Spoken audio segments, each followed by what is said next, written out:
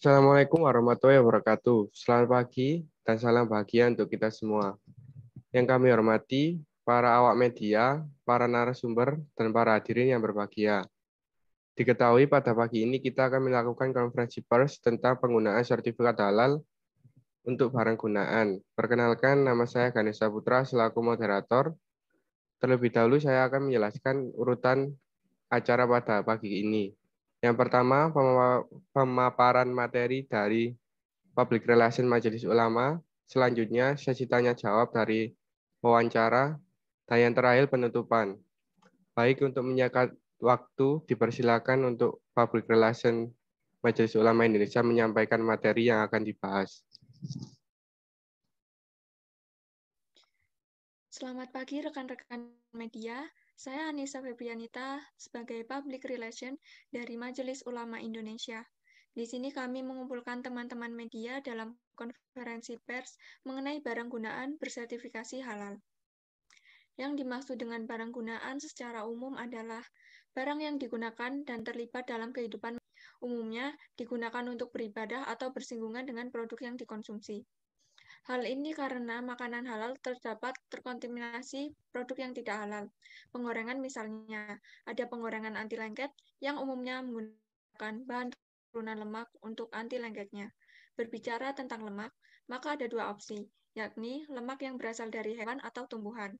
Poin kedua terkait dengan barang gunaan berbahan dasar kulit hewan, seperti tas, jaket, dan sepatu.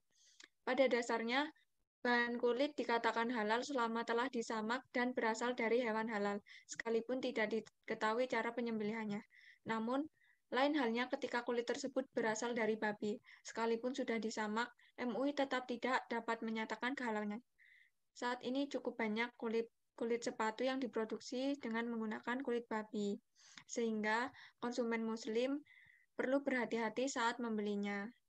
Karena itu, sebagai konsumen muslim, kita perlu bersikap kritis saat memilih barang gunaan. Setidaknya kita perlu mencari informasi, apakah barang gunaan tersebut berpeluang menggunakan bahan-bahan yang najis atau tidak.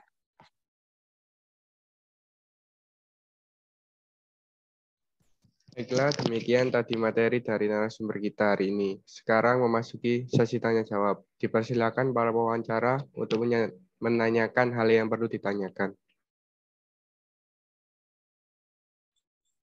Saya dari rekan media Jawa Pos izin bertanya, saat ini muncul bermacam-macam produk gunaan yang bersertifikasi halal. Bagaimana MUI menanggapi hal tersebut? Terima kasih. Baik, pendapat kami mengenai banyak bermunculan produk gunaan bersertifikasi halal adalah sebagian masyarakat menafsirkan dengan sendirinya apa yang dimaksud dengan barang gunaan yang perlu disertifikasi halal. Hal ini karena belum ada aturan turunan mengenai penjelasan barang gunaan yang dimaksud. Tak heran, masih banyak perusahaan yang ingin mensertifikasi barang gunaan tersebut karena merasa produk yang dihasilkan adalah produk yang termasuk kategori barang gunaan. Izin bertanya, bagaimana dampak pemberian label halal pada suatu barang gunaan? Terima kasih.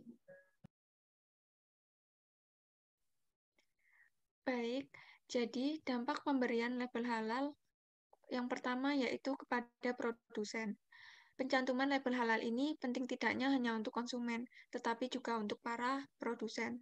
Label halal ini gunanya memberikan rasa aman bagi para konsumen, juga sebagai jaminan untuk mereka kalau produk yang mereka konsumsi tersebut aman dari unsur yang tidak halal dan diproduksi dengan cara halal dan beretika.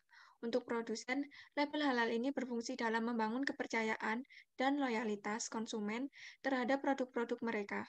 Produk yang bersertifikat halal juga memiliki daya saing yang lebih tinggi dibandingkan produk yang tidak mencantumkan label halal di produknya. Lalu, yang selanjutnya yaitu dampak pemberian label halal pada konsumen. Tujuan pencantuman logo halal pada produk makanan dan minuman untuk melindungi konsumen dari hak-hak konsumen muslimin. Yang selanjutnya yaitu Dampak pemberian label halal pada konsumen. Tujuan pencantuman logo halal pada produk makanan dan minuman adalah untuk melindungi konsumen, hak-hak konsumen Muslim terhadap produk yang tidak halal, memberikan kepastian hukum kepada konsumen Muslim bahwa produk-produk makanan dan minuman tersebut benar-benar halal sesuai yang disyariatkan oleh hukum Islam.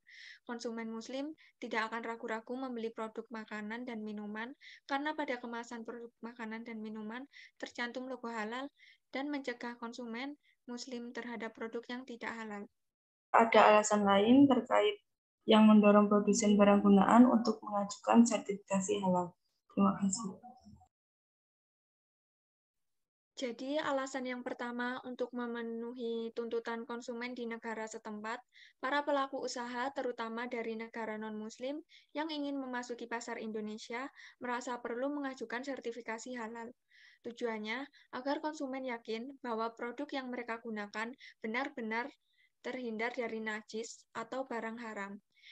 Yang kedua yaitu untuk mengantisipasi tren, sekaligus meningkatkan nilai tambah di pasaran. Membaca kecenderungan bisnis ke depan, beberapa perusahaan menilai lebih baik mengantisipasi kemungkinan yang terjadi pada masa yang akan datang. Bersamaan dengan itu, sertifikat halal juga dijadikan sebagai add value. Standar halal yang telah dimiliki akan memberi nilai tambah produknya.